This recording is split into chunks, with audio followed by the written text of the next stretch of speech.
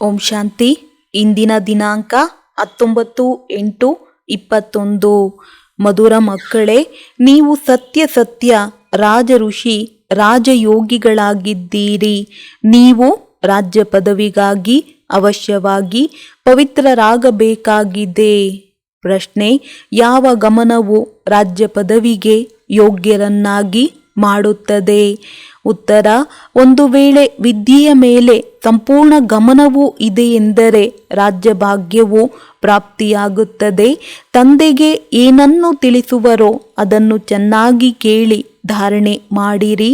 ತಂದೆಯು ತಿಳಿಸಿದರು ಮತ್ತು ಮಕ್ಕಳು ಕೇಳಿದ್ದೀರಿ ಅಂದ ಮೇಲೆ ರಾಜ್ಯ ಭಾಗ್ಯವು ಸಿಕ್ಕಿಬಿಡುವುದು. ಒಂದು ವೇಳೆ ಕೇಳುವ ಸಮಯದಲ್ಲಿ ಆಕಳಿಸುತ್ತೀರಿ ಅಥವಾ ತೂಕಡಿಸುತ್ತೀರಿ, ಬುದ್ಧಿಯು ಅಲೆದಾಡುತ್ತದೆ ಎಂದರೆ ರಾಜ್ಯ ಪದವಿಯನ್ನು ಕಳೆದುಕೊಳ್ಳುವಿರಿ. ಆದ್ದರಿಂದ ವಿದ್ಯೆಯ ಮೇಲೆ ಪೂರ್ಣ ಗಮನ ಕೊಡಿ. ಗೀತೆ: ನಾವು ಆ ಮಾರ್ಗದಂತೆ ನಡೆಯಬೇಕಾಗಿದೆ. ಓಂ ಶಾಂತಿ. ಆತ್ಮಿಕ ತಂದೆಯು ಆತ್ಮಿಕ ಮಕ್ಕಳ ಪ್ರತಿ ತಿಳಿಸುತ್ತಿದ್ದಾರೆ. ಇಂದು ಮಕ್ಕಳಿಗೆ ಹಠಯೋಗ ಮತ್ತು ರಾಜಯೋಗವನ್ನು ಕುರಿತು ತಿಳಿಸುತ್ತೇವೆ. ಮಕ್ಕಳಿಗೆ ಅರ್ಥವಾಗಿದೆ. ಅವರು ಏನೆಲ್ಲವನ್ನು ಕಲಿಸುತ್ತಾರೆಯೋ ಎಲ್ಲವೂ ಹಠಯೋಗವಾಗಿದೆ, ಏಕೆಂದರೆ ಅವರು ಕರ್ಮ ಸನ್ಯಾಸಿಗಳಾಗಿದ್ದಾರೆ. ವಾಸ್ತವದಲ್ಲಿ ಗೃಹಸ್ಥಿಗಳು ಹಠಯೋಗ ಕರ್ಮ ಸನ್ಯಾಸವನ್ನು ಕಲಿಯುವಂತಿಲ್ಲ, ಏಕೆಂದರೆ ಸನ್ಯಾಸಗಳದ್ದು ನಿವೃತ್ತಿ ಮಾರ್ಗವಾಗಿದೆ. ಆ ಧರ್ಮವೇ ಬೇರೆಯಾಗಿದೆ. ನಿಮ್ಮದು ದೇವಿ ದೇವತಾ ಧರ್ಮವಾಗಿದೆ. ಆ ದೇವಿ ದೇವತೆಗಳು ರಾಜಯೋಗದಿಂದಲೇ ರಾಜ್ಯವನ್ನು ಪಡೆದಿದ್ದಾರೆ. ನೀವೀಗ ರಾಜ ಋಷಿಗಳಾಗಿದ್ದೀರಿ. ಯಾರು ಪವಿತ್ರರಾಗಿರುವರೋ ಅವರಿಗೆ ಋಷಿಗಳೆಂದು ಹೇಳಲಾಗುತ್ತದೆ. ನೀವೀಗ ಪವಿತ್ರರಾಗಿದ್ದೀರಿ. ಒಂದು ವೇಳೆ ಪವಿತ್ರರಾಗಿರದಿದ್ದರೆ ಅವರಿಗೆ ಋಷಿಗಳೆಂದು ಹೇಳಲಾಗುವುದಿಲ್ಲ. ನೀವು ರಾಜ್ಯ ಭಾಗ್ಯವನ್ನು ಪಡೆಯುವುದಕ್ಕಾಗಿ ಪವಿತ್ರರಾಗುತ್ತೀರಿ. ಅವರು ರಾಜ್ಯ ಪದವಿಗಾಗಿ ಪವಿತ್ರರಾಗುವುದಿಲ್ಲ. ನಿಮಗೆ ತಿಳಿದಿದೆ, ಪವಿತ್ರ ಪ್ರಪಂಚದಲ್ಲಿ ನಮಗೆ ಪವಿತ್ರ ರಾಜ್ಯವಿತ್ತು. ಭಾರತದಲ್ಲಿಯೇ 5000 ವರ್ಷಗಳ ಮೊದಲು ದೇವಿ ದೇವತೆಗಳ ಪೂಜ್ಯ ಪವಿತ್ರ ಪ್ರವೃತ್ತಿ ಮಾರ್ಗವಿತ್ತು. ಈಗ ಪೂಜಾರಿ ಪತಿತರಾಗಿ ಬಿಟ್ಟಿದ್ದಾರೆ. ಹೇಗೆ ಪತಿತರಾದರು? 84 ಜನ್ಮಗಳ ಲೆಕ್ಕವಿದೆಯಲ್ಲವೇ? ತಂದೆಯು ಯಾವ ಸಹಜ ರಾಜಯೋಗವನ್ನು ಕಲಿಸುತ್ತಿದ್ದಾರೆಯೋ ಅವರೇ ನಿಮಗೆ 84 ಜನ್ಮಗಳ ಕಥೆಯನ್ನು ತಿಳಿಸುತ್ತಾರೆ. ಅನ್ಯ ಧರ್ಮದ ಬಗ್ಗೆ ಸನ್ಯಾಸ ಧರ್ಮದವರಿಗೆ ಏನು ಗೊತ್ತು? ಇದು ದೇವಿ ದೇವತೆಗಳ ಪ್ರಾಚೀನ ಧರ್ಮವಾಗಿದೆ. ಅದು ಕೊನೆಯಲ್ಲಿ ಬಂದ ಧರ್ಮವಾಗಿದೆ. ಏನು ಕಳೆದು ಹೋಗಿದೆಯೋ ಅದನ್ನು ಸನ್ಯಾಸಿಗಳು ತಿಳಿದುಕೊಳ್ಳಲು ಸಾಧ್ಯವಿಲ್ಲ. ಯಾವುದು ಕೊನೆಯಲ್ಲಿ ಅವರ ಕಣ್ಮುಂದೆ ಕಾಣುವುದೋ ಅದನ್ನು ತಿಳಿಸುತ್ತಾ ಹೋಗುತ್ತಾರೆ. ನಿಮಗೆ ತಿಳಿದಿದೆ, ಹಠಯೋಗಗಳು ಅನೇಕ ಪ್ರಕಾರವಾಗಿದೆ. ದ್ವಾಪರದಿಂದ ಭಕ್ತಿ ಮಾರ್ಗದ ಜೊತೆಗೆ ಹಠಯೋಗವು ಆರಂಭವಾಗುತ್ತದೆ. ಈಗ ಇದು ರಾಜಯೋಗವಾಗಿದೆ. ಆ ಹಠಯೋಗವನ್ನು ಪ್ರತಿ ಜನ್ಮದಲ್ಲಿಯೂ ಕಲಿಯುತ್ತಾ ಬಂದಿದ್ದಾರೆ. ರಾಜಯೋಗವನ್ನು ನೀವು ಇದೊಂದು ಜನ್ಮದಲ್ಲಿಯೇ ಕಲಿಯುತ್ತೀರಿ. ಅವರಂತೂ ಪ್ರತಿ ಜನ್ಮದಲ್ಲಿ ಪುನರ್ಜನ್ಮವನ್ನು ತೆಗೆದುಕೊಂಡು ಹಠಯೋಗವನ್ನು ಕಲಿಯಲೇಬೇಕಾಗಿದೆ. ನೀವು ರಾಜಯೋಗವನ್ನು ಕಲಿಯಲು ಪುನರ್ಜನ್ಮವನ್ನು ತೆಗೆದುಕೊಳ್ಳಬೇಕಾಗುವುದಿಲ್ಲ. ನೀವು ಕೇವಲ ಈ ಸಂಗಮದಲ್ಲಿಯೇ ರಾಜಯೋಗವನ್ನು ಕಲಿಯುತ್ತೀರಿ. ರಾಜ್ಯವು ಪ್ರಾಪ್ತಿಯಾಯಿತು, ಸ್ವರ್ಗವಾಯಿತೆಂದರೆ ಮತ್ತೆಲ್ಲ ಧರ್ಮಗಳು ಸಮಾಪ್ತಿಯಾಗುತ್ತವೆ. ನೀವು ರಾಜ ಋಷಿಗಳಾಗಿದ್ದೀರಿ. ರಾಧೆ ಕೃಷ್ಣರೂ ಸಹ ಪವಿತ್ರರಲ್ಲವೇ? ಪವಿತ್ರರಿಗೆ ಮಹಾತ್ಮರೆಂತಲೂ ಹೇಳುತ್ತಾರೆ. ಮಹಾತ್ಮರು ಪವಿತ್ರರಾಗಿರುತ್ತಾರೆ. ನೀವು ಸಹ ಈಗ ಮಹಾತ್ಮರು ಅಥವಾ ರಾಜ ಋಷಿಗಳಾಗಿದ್ದೀರಿ. ಮಹಾತ್ಮ ಅರ್ಥಾತ್ ಪವಿತ್ರ, ಮಹಾನ್ ಆತ್ಮ, ಈ ಮಾತುಗಳು ಯಾವುದೇ ಶಾಸ್ತ್ರಗಳಲ್ಲಿಲ್ಲ.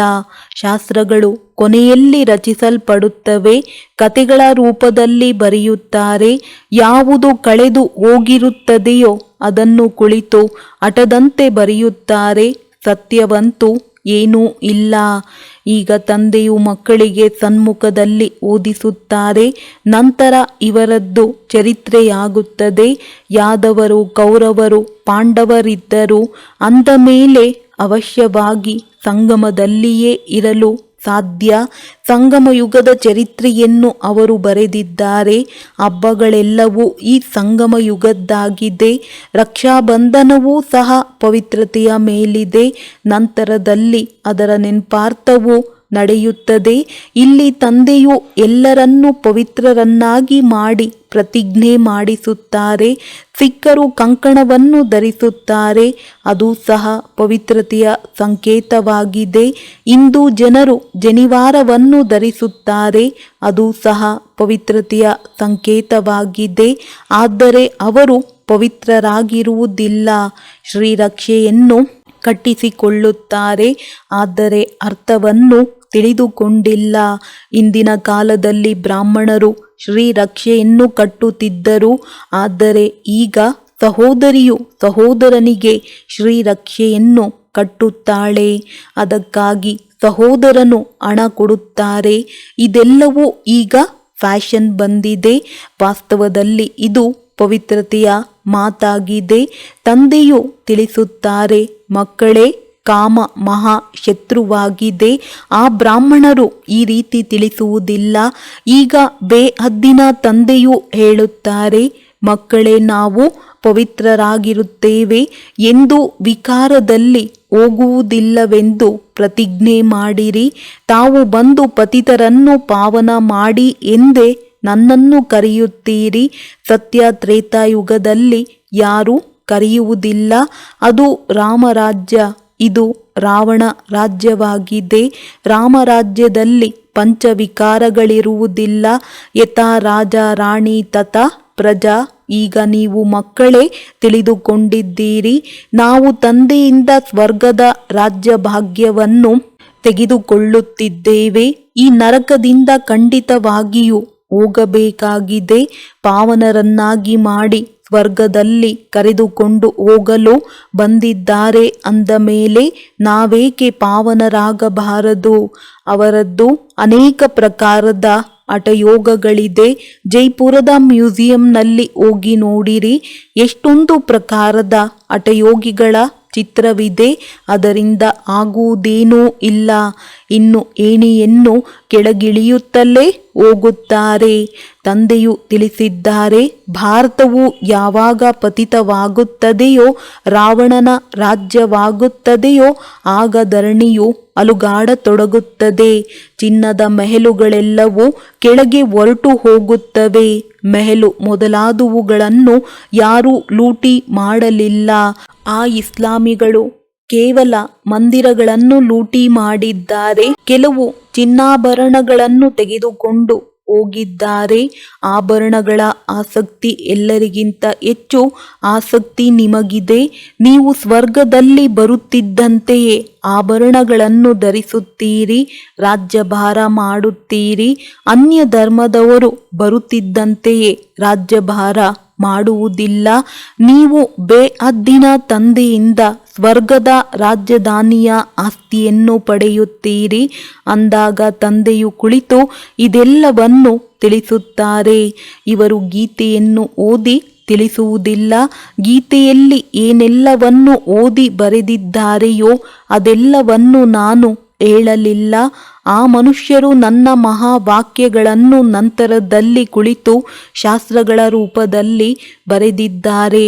ನಾನು ಏನನ್ನು ತಿಳಿಸಿದ್ದೇನೋ ಅದನ್ನು ನೀವೇ ಯಥಾರ್ಥವಾಗಿ ಕೇಳಿದ್ದೀರಿ.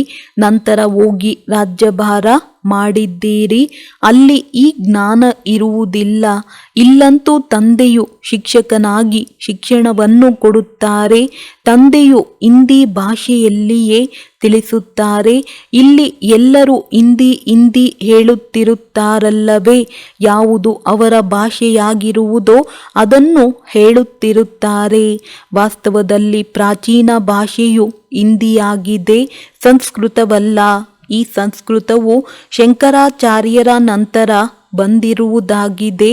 ಯಾರು ಬರುವರೋ ಅವರು ತಮ್ಮ ಭಾಷೆಯನ್ನು ಪ್ರಚಲಿತ ಮಾಡುತ್ತಾರೆ. ತಂದೆಯು ಗೀತೆಯನ್ನು ಸಂಸ್ಕೃತದಲ್ಲಿ ತಿಳಿಸಲಿಲ್ಲ. ಗುರುನಾನಕರದ್ದು ತಮ್ಮದೇ ಆದ ಗ್ರಂಥವಿದೆ. ಅವರು ಸಿಖ್ ಧರ್ಮವನ್ನು ಸ್ಥಾಪನೆ ಮಾಡಿದರು. ಅವರನ್ನೂ ಸಹ ಅವತಾರವೆಂದು ತಿಳಿಯುತ್ತಾರೆ. ಅವರಲ್ಲಿ ರಾಜರೂ ಇರುತ್ತಾರೆ. ಸನ್ಯಾಸಿಗಳಲ್ಲಿಯೂ ರಾಜ್ಯಭಾರ ಇರುವುದಿಲ್ಲ. ತಂದೆಯು ತಿಳಿಸಿದ್ದಾರೆ, ಬುದ್ಧ, ಕ್ರೈಸ್ಟ್ ಮೊದಲಾದವರು ಮೊದಲು ಗೃಹಸ್ಥಿ ಆತ್ಮ ಆಗಿದ್ದರು. ಗೃಹಸ್ಥಿ ಪತಿತ ಆತ್ಮರಂತೂ ಧರ್ಮ ಸ್ಥಾಪನೆ ಮಾಡಲು ಸಾಧ್ಯವಿಲ್ಲ. ಆದ ಕಾರಣ ಅವರಲ್ಲಿ ಸಮಯ ಅನುಸಾರ ಪವಿತ್ರ ಆತ್ಮವು ಪ್ರವೇಶ ಮಾಡಿತು. ಆಗ ಅವರು ಧರ್ಮ ಸ್ಥಾಪನೆ ಮಾಡಿದರು. ಅನ್ಯ ಧರ್ಮಗಳು ಭಿನ್ನ ಭಿನ್ನ ಪ್ರಕಾರದಲ್ಲಿದೆ. ಅವರು ಬಂದು ತಮ್ಮ ಚಿಕ್ಕ ಮಠಪಂಥಗಳನ್ನು ಸ್ಥಾಪನೆ ಮಾಡುತ್ತಾರೆ.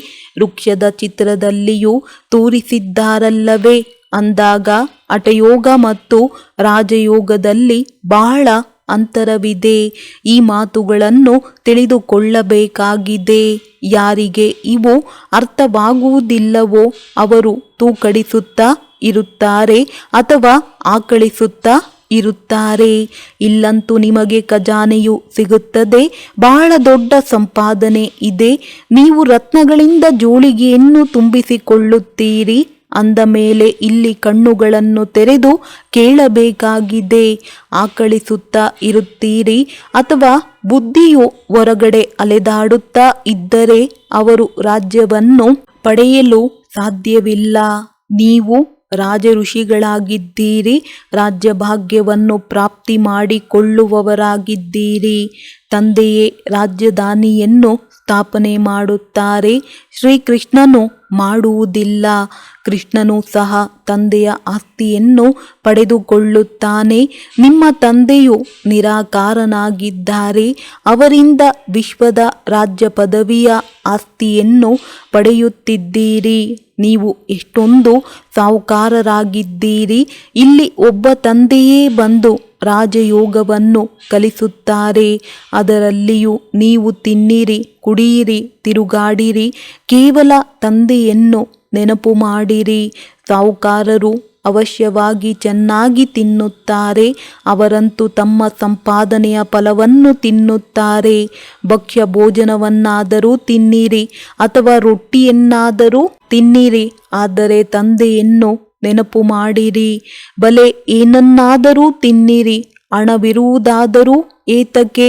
ಬಾಬಾ ಇದನ್ನು ನಿರಾಕರಿಸುವುದಿಲ್ಲ. ಕೇವಲ ತಂದೆಯೊಂದಿಗೆ ಬುದ್ಧಿಯೋಗವನ್ನು ಇಡಬೇಕಾಗಿದೆ. ಈ ರಾಜಧಾನಿಯನ್ನು ಸ್ಥಾಪನೆ ಮಾಡುವುದರಲ್ಲಿ ಯಾವುದೇ ಖರ್ಚಿಲ್ಲ. ಆ ಯುದ್ಧ ಮೊದಲಾದವುಗಳಲ್ಲಿ ಎಷ್ಟೊಂದು ಖರ್ಚಾಗುತ್ತದೆ. ವಿಮಾನಗಳಿಗಾಗಿ ಎಷ್ಟೊಂದು ಖರ್ಚಾಗುತ್ತದೆ. ಒಂದು ವೇಳೆ ಕೆಳಗೆ ಬಿದ್ದರೆ ಒಮ್ಮೆಲೆ ಸಮಾಪ್ತಿಯಾಗಿ ಬಿಡುತ್ತಾರೆ. ಎಷ್ಟೊಂದು ನಷ್ಟ ಉಂಟಾಗುತ್ತದೆ. ಆದ್ದರಿಂದ ತಂದೆಯು ತಿಳಿಸುತ್ತಾರೆ, ನಡೆಯುತ್ತಾ ತಿರುಗಾಡುತ್ತಾ ತಂದೆಯನ್ನು ನೆನಪು ಮಾಡಿರಿ. ಸ್ವದರ್ಶನ ಚಕ್ರವನ್ನು ತಿರುಗಿಸುತ್ತಾ ಇರಿ. ನಾವು 84 ಜನ್ಮಗಳನ್ನು ಪೂರ್ಣಗೊಳಿಸಿದ್ದೇವೆ. ಈಗ ವತನದ ಕೆಳಗೆ ಹೋಗಬೇಕಾಗಿದೆ. ಮನೆಗೆ ಹೋಗಿ ನಂತರ ಬಂದು ರಾಜ್ಯಭಾರ ಮಾಡುತ್ತೇವೆ. ನೀವು ಪಾತ್ರಧಾರಿಗಳಲ್ಲವೇ? ಆ ಚಲನಚಿತ್ರವು 2-3 ಗಂಟೆಗಳ ಕಾಲ ನಡೆಯುತ್ತದೆ. ಈ ಬೇಹದ್ದಿನ ನಾಟಕವು 5000 ವರ್ಷ ನಡೆಯುತ್ತದೆ. ಇದನ್ನು ಮನುಷ್ಯರೇ ತಿಳಿದುಕೊಳ್ಳಲು ಸಾಧ್ಯ. ಈ ಪ್ರಪಂಚವು ಮುಳ್ಳುಗಳ ಕಾಡಾಗಿದೆ. ವಿಕಾರದ ಮುಳ್ಳು ಅತಿ ದೊಡ್ಡ ಮುಳ್ಳಾಗಿದೆ. ಇದು ಆದಿ, ಮಧ್ಯ, ಅಂತ್ಯ ದುಃಖ ಕೊಡುತ್ತದೆ. ಎರಡನೇ ಮುಳ್ಳು ಕ್ರೋಧವಾಗಿದೆ.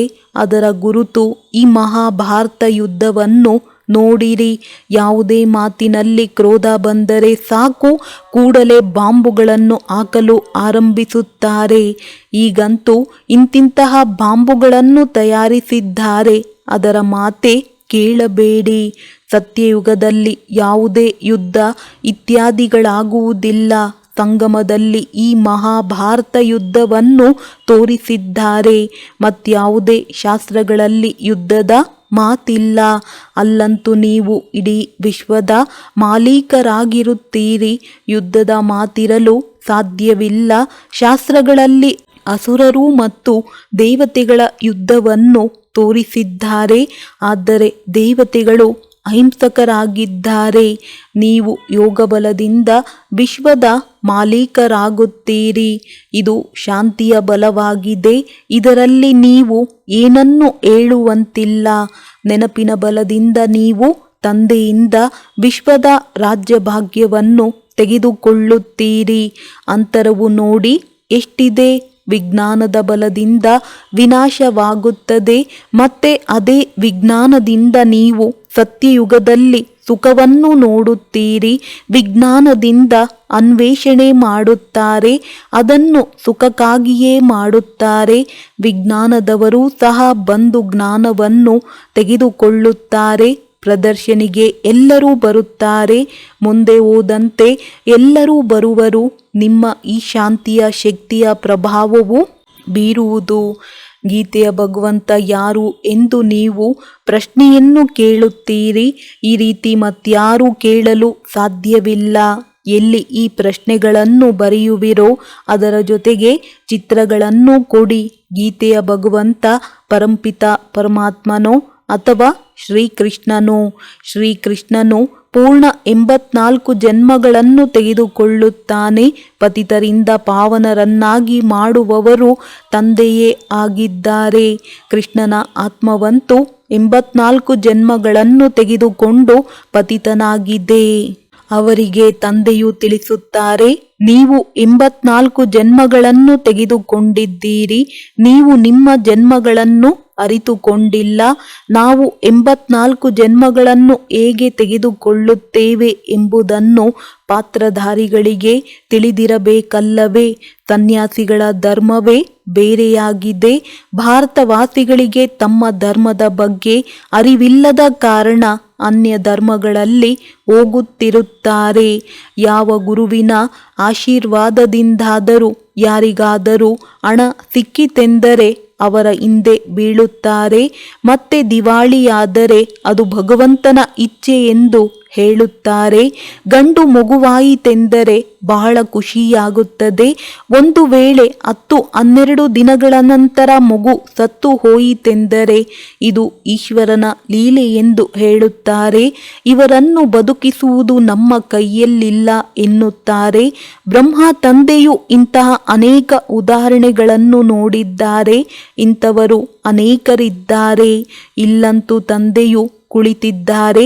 ತಂದೆಯು ಮಕ್ಕಳಿಗೆ ತಿಳಿಸುತ್ತಾರೆ, ಮಧುರಾತಿ ಮಧುರ ಮಕ್ಕಳೇ, ಪಾವನರಾಗಿ. ನಿಮಗೆ ನೆನಪಿದೆಯೇ, ಯಾವಾಗ ಮಹಾಭಾರತ ಯುದ್ಧವಾಗಿತ್ತೋ ಆಗ ಬಾಬಾ ನಮ್ಮನ್ನು ಈ ದುಶ್ಯಾಸನರು ಅಪವಿತ್ರವನ್ನಾಗಿ ಮಾಡುತ್ತಾರೆ, ಇದರಿಂದ ರಕ್ಷಣೆ ಮಾಡಿ ಎಂದು ದ್ರೌಪದಿಯು ಕರೆದಿದ್ದಳು. ಇದು 5000 ವರ್ಷಗಳ ಮಾತಾಗಿದೆ. ವಿಕಾರಕ್ಕಾಗಿಯೇ ಅಬಲೆಯರ ಮೇಲೆ ಅತ್ಯಾಚಾರಗಳಾಗುತ್ತವೆ. ಕೆಲವರು ಸ್ತ್ರೀಯರೂ ಸಹ ಈ ರೀತಿ ಇರುತ್ತಾರೆ. ಅವರು ವಿಕಾರವಿಲ್ಲದೆ ಇರಲು ಸಾಧ್ಯವಾಗುವುದಿಲ್ಲ. ಶೂರ್ಪನಖಿ, ಪೂತನ ಎಂದು ಅವರ ಹೆಸರನ್ನು ಇಡಲಾಗಿದೆ. ಯಾರು ವಿಕಾರಕ್ಕಾಗಿ ತೊಂದರೆ ಕೊಡುವರೋ ಅವರು ಕಂಸ, ಜರಾಸಂಧ, ಶಿಶುಪಾಲ ಆಗಿದ್ದಾರೆ. ಇವರೆಲ್ಲರೂ ವಿನಾಶವನ್ನು ಹೊಂದಲೇಬೇಕಾಗಿದೆ. ಈ ಸಮಯದಲ್ಲಿ ಆಸುರಿ ರಾವಣ ರಾಜ್ಯವಿದೆ. ನಂತರ ಈಶ್ವರ್ಯ ರಾಜ್ಯವಿರುವುದು. ಹೇಗೆ 84 ಜನ್ಮಗಳನ್ನು ತೆಗೆದುಕೊಳ್ಳುತ್ತೇವೆ ಎಂದು ನೀವು ಈ ಇಡೀ ಚಕ್ರವನ್ನು ಅರಿತುಕೊಂಡಿದ್ದೀರಿ. ಯಾವಾಗ ವಿಕಾರದಲ್ಲಿ ಹೋಗುವರೋ ಆಗ ಇದೆಲ್ಲವೂ ಮರೆತು ಹೋಗುತ್ತದೆ. ವಿಕಾರದಲ್ಲಿ ಹೋಗುವವರ ಮುಖವೇ ಬಾಡಿ ಹೋಗುತ್ತದೆ. ನಾವು ಏನು ಮಾಡಿಬಿಟ್ಟೆವು ಎಂದು ಸ್ವಯಂ ಅವರೇ ತಿಳಿದುಕೊಳ್ಳುತ್ತಾರೆ. ತಂದೆಯು ಹೇಳುತ್ತಾರೆ, ಮಕ್ಕಳೇ, ಈ ವಿಕಾರದ ಗುಣಿಯಲ್ಲಿ ಬೀಳಬೇಡಿ. ಇದು ನಿಮಗೆ ಆದಿ ಮಧ್ಯ ಅಂತ್ಯ ದುಃಖವನ್ನು ಕೊಡುವಂಥದ್ದಾಗಿದೆ. ಇದರಲ್ಲಿ ಬೀಳಬಾರದು. ಪ್ರತಿಜ್ಞೆ ಮಾಡಿರಿ, ನಾವೆಂದೂ ವಿಕಾರದಲ್ಲಿ ಹೋಗುವುದಿಲ್ಲ. ಭಗವಾನು ವಾಚ ಇದೆ, ಕಾಮ ಮಹಾ ಶತ್ರುವಾಗಿದೆ. ಪ್ರತಿಯೊಂದು ಚಿತ್ರದಲ್ಲಿ ಮೊದಲು ಇದನ್ನು ಬರೆಯಿರಿ.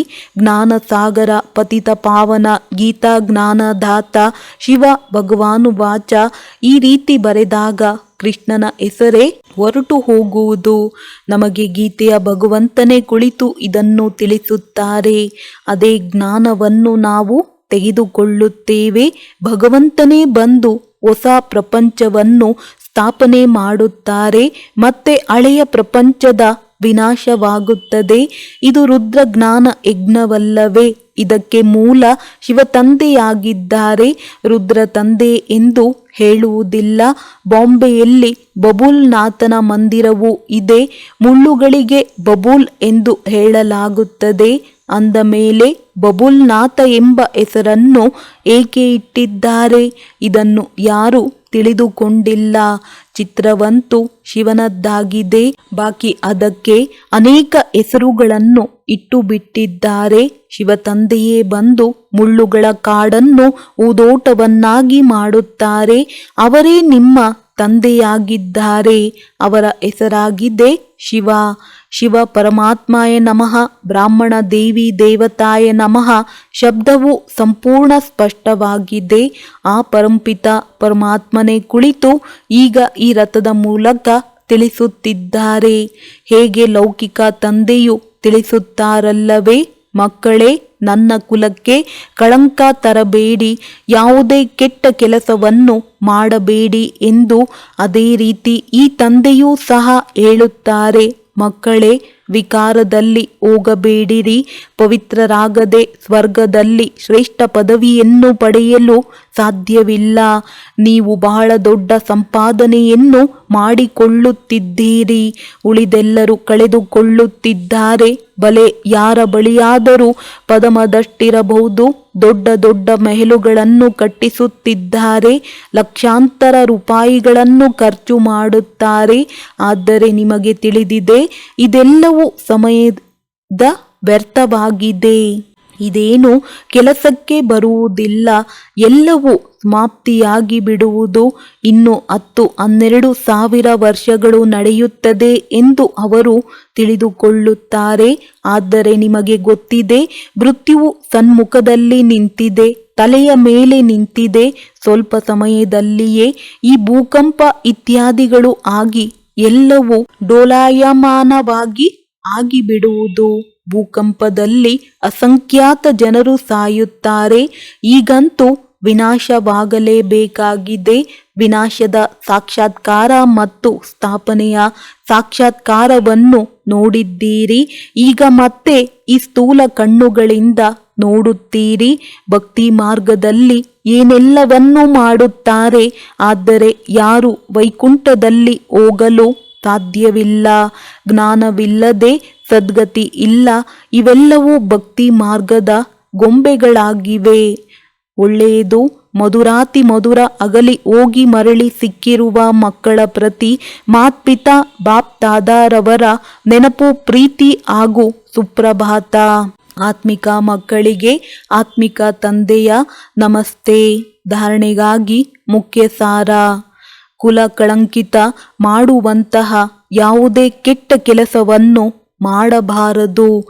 ತಮ್ಮೊಂದಿಗೆ ತಾವೇ ಪವಿತ್ರರಾಗುವ ಪ್ರತಿಜ್ಞೆ ಮಾಡಿಕೊಳ್ಳಬೇಕಾಗಿದೆ. ಎರಡನೆಯದು, ಈಗ ತಮ್ಮ ಹಣ ಸಮಯವನ್ನು ವ್ಯರ್ಥವಾಗಿ ಕಳೆಯಬಾರದು. ಹೂದೋಟದಲ್ಲಿ ಹೋಗುವುದಕ್ಕಾಗಿ ಮುಳ್ಳುಗಳನ್ನು ತೆಗೆದು ಹಾಕಬೇಕಾಗಿದೆ. ವರದಾನ. ಮೊದಲು ತಾವು ಎಂಬ ಪಾಠದ ಮೂಲಕ ಕಿರೀಟಧಾರಿ ಆಗುವಂತಹ ಚತುರ್ಸುಜಾನ್ ಬುದ್ಧಿವಂತ ಭವ. ಹೇಗೆ ಬಾಪ್ ದಾದಾರವರು ತನ್ನನ್ನು ವಿಧೇಯ ಸೇವಕನೆಂದು ಹೇಳುವರು. ಸೇವಕನೆಂದು ಹೇಳುವುದರಿಂದ ಸ್ವತಃವಾಗಿಯೇ ಕಿರೀಟಧಾರಿ ಆಗಿಬಿಡುತ್ತಾರೆ. ಹಾಗೆಯೇ ತಾವು ಮಕ್ಕಳು ಸಹ ನಮ್ರಚಿತ್ತರಾಗಿದ್ದು ಅನ್ಯರಿಗೆ ಶ್ರೇಷ್ಠ ಸ್ಥಾನವನ್ನು ಕೊಟ್ಟು ಬಿಡಿ. ಅವರನ್ನು ಆಸನದ ಮೇಲೆ ಕುಳ್ಳರಿಸುತ್ತೀರೆಂದರೆ ಅವರು ಅದರಿಂದ ಇಳಿದು ಸ್ವತಃವಾಗಿಯೇ ತಮ್ಮನ್ನು ಕೂರಿಸುವರು. ಒಂದು ವೇಳೆ ತಾವು ಕುಳಿತುಕೊಳ್ಳಲು ಪ್ರಯತ್ನಿಸುತ್ತೀರೆಂದರೆ ಅವರು ತಮ್ಮನ್ನು ಕುಳಿತುಕೊಳ್ಳಲು ಬಿಡುವುದಿಲ್ಲ. ಆದ್ದರಿಂದ ಅನ್ಯರನ್ನು ಕೂರಿಸುವುದೇ ತಾವು ಕುಳಿತುಕೊಳ್ಳುವುದಾಗಿದೆ. ಹಾಗಾದರೆ ಮೊದಲು ತಾವು ಎಂಬ ಪಾಠವನ್ನು ಪರಿಪಕ್ವ ಮಾಡಿಕೊಳ್ಳಿರಿ. ನಂತರ ಸಂಸ್ಕಾರವೂ ಸಹ ಸಹಜವಾಗಿಯೇ ಮಿಲನವಾಗುತ್ತದೆ. ಕಿರೀಟಧಾರಿಯೂ ಆಗಿಬಿಡುವಿರಿ. ಇದೇ ಬುದ್ಧಿವಂತರಾಗುವ ವಿಧಿಯಾಗಿದೆ. ಇದರಲ್ಲಿ ಪರಿಶ್ರಮವೂ ಇಲ್ಲ ಮತ್ತು ಪ್ರಾಪ್ತಿಯೂ ಹೆಚ್ಚಾಗಿದೆ. ಸ್ಲೋಗನ್: ಅಂತರ್ಮುಖಿ ಏಕಾಂತವಾಸಿ ಆಗುವಂತಹ ಶ್ರೇಷ್ಠ ಆತ್ಮನೇ ಅವ್ಯಕ್ತ ಸ್ಥಿತಿಯ ಅನುಭವ ಮಾಡುವರು. ಒಳ್ಳೆಯದು. ಓಂ ಶಾಂತಿ.